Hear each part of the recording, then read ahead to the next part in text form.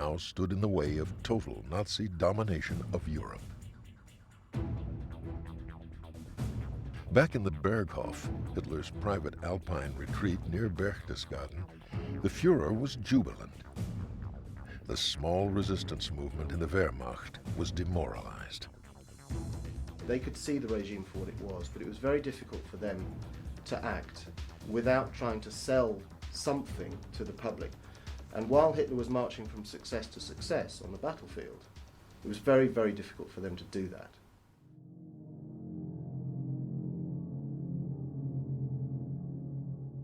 Hitler now began to plot against the Soviet Union.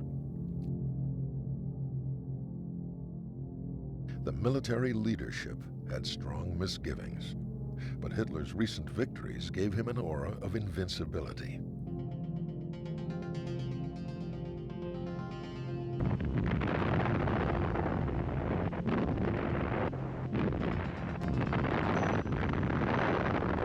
Fall Barbarossa, the invasion of the USSR, was launched on June 22nd.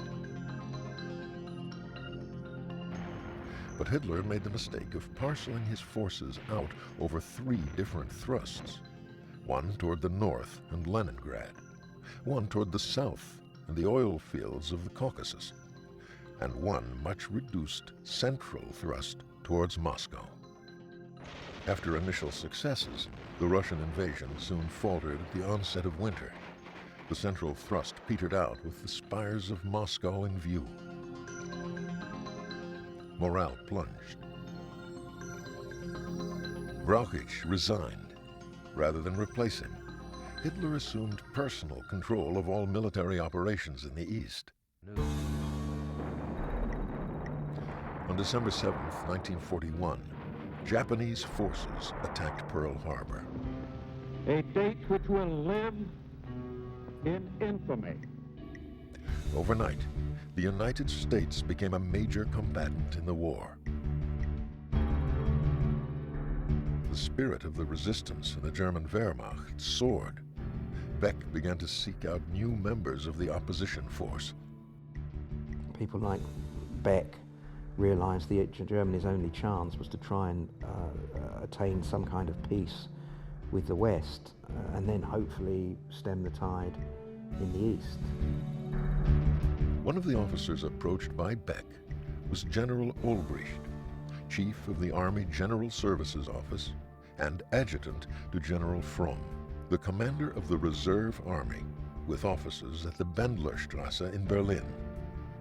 Also in Berlin was a young officer serving on the general staff of the German High Command, named Klaus Schenk, Count von Stauffenberg.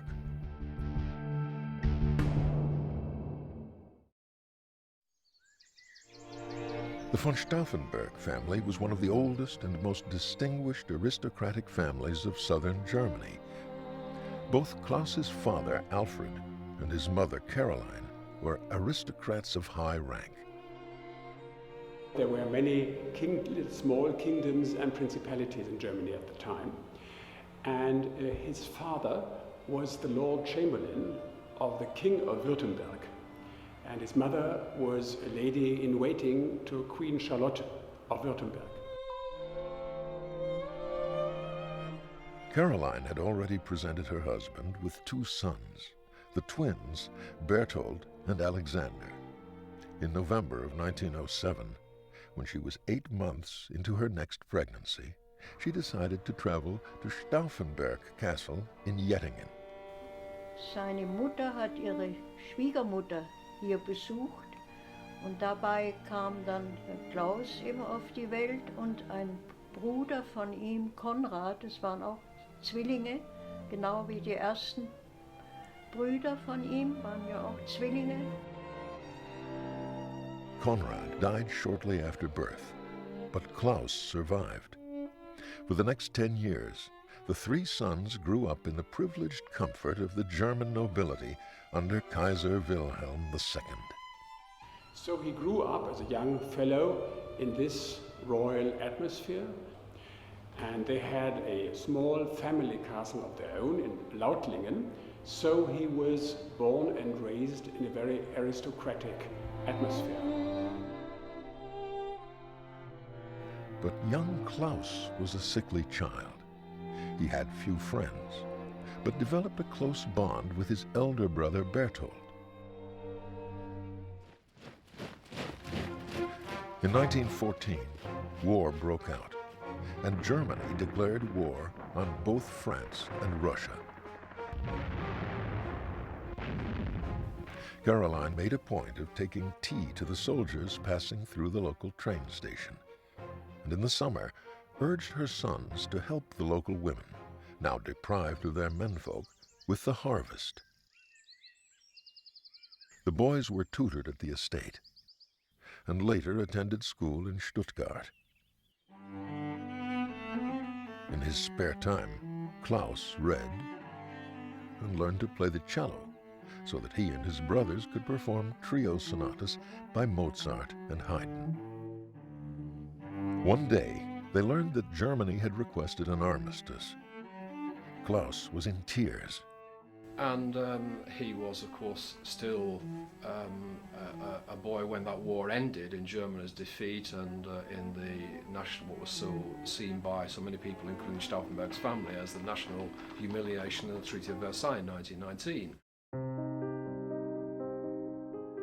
Germany was in a state of siege, as various mobs, communist or right-wing, jockeyed for power. The political upheaval of those years made a powerful impression on Klaus.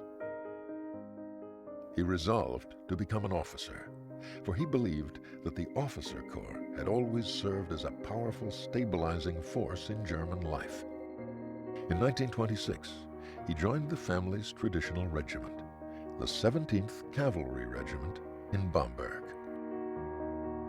And then Stauffenberg voluntarily joined another circle, that of poet Stefan George, who formed quite an elitist circle of his own, the so-called Geheimes Deutschland, or Secret Germany. And there the notion was of a Germany which would be led by a type of aesthetic elite whose purpose it was to bring about a renewal of Germany from within. Klaus enthusiastically embraced George's teachings. For him, the poet's circle embodied the hope that one day the secret Germany would rise and rebuild the fatherland as the proud monarchy it once was. Klaus had grown to be a tall and strikingly handsome young man, with a shock of dark hair, prominent cheekbones, a firm jaw, and dreamy, romantic eyes. Ein sehr, sehr beeindruckender Mensch. Er hat eine ganz große Ausstrahlung gehabt. Er war irgendwie sehr, sehr herzlich, sehr auf jemanden zugehend. A very devout Catholic, he always made sure to attend Mass on Sunday. Irgendwo war eine Zeit lang in Bamberg stationiert beim Reiterregiment 17, wo er auch eingetreten ist. Und da lag ganz nah von Bamberg lag der Besitz meines Großvaters und war dann, sagen wir, ich war dann auch immer wieder eingeladen zu dem Winterball in Bamberg beim Regiment.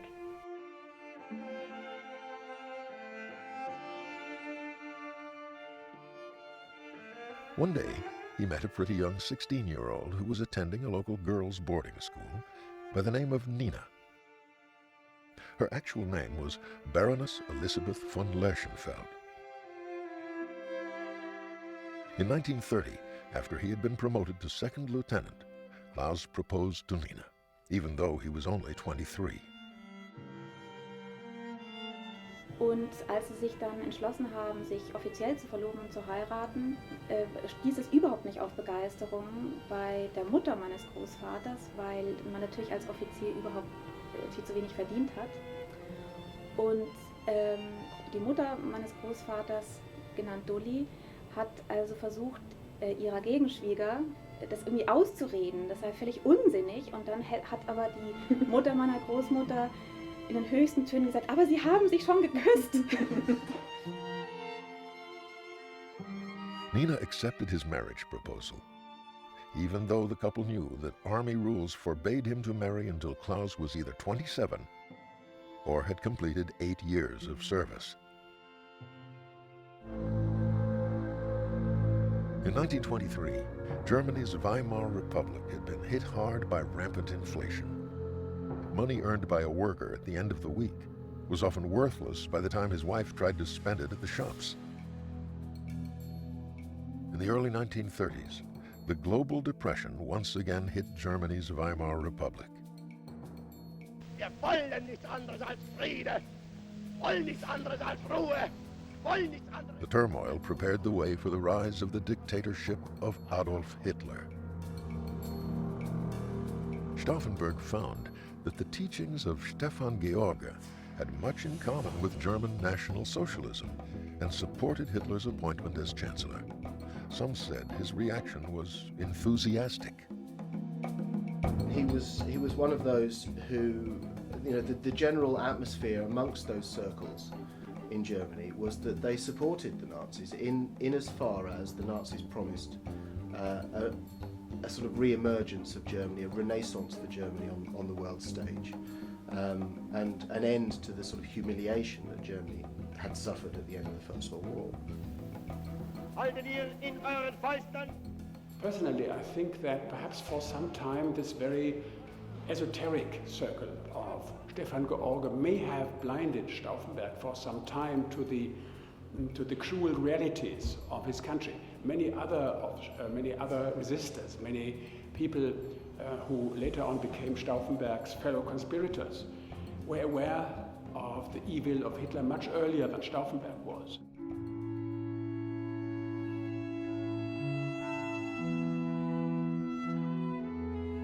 On September 26, 1933, 8 months after Hitler became chancellor, Nina and Klaus were wed at St. James Church in Bamberg, having received special dispensation to marry early. He was in uniform and wore his steel helmet to the ceremony. To wed is to be on duty, he explained to Nina.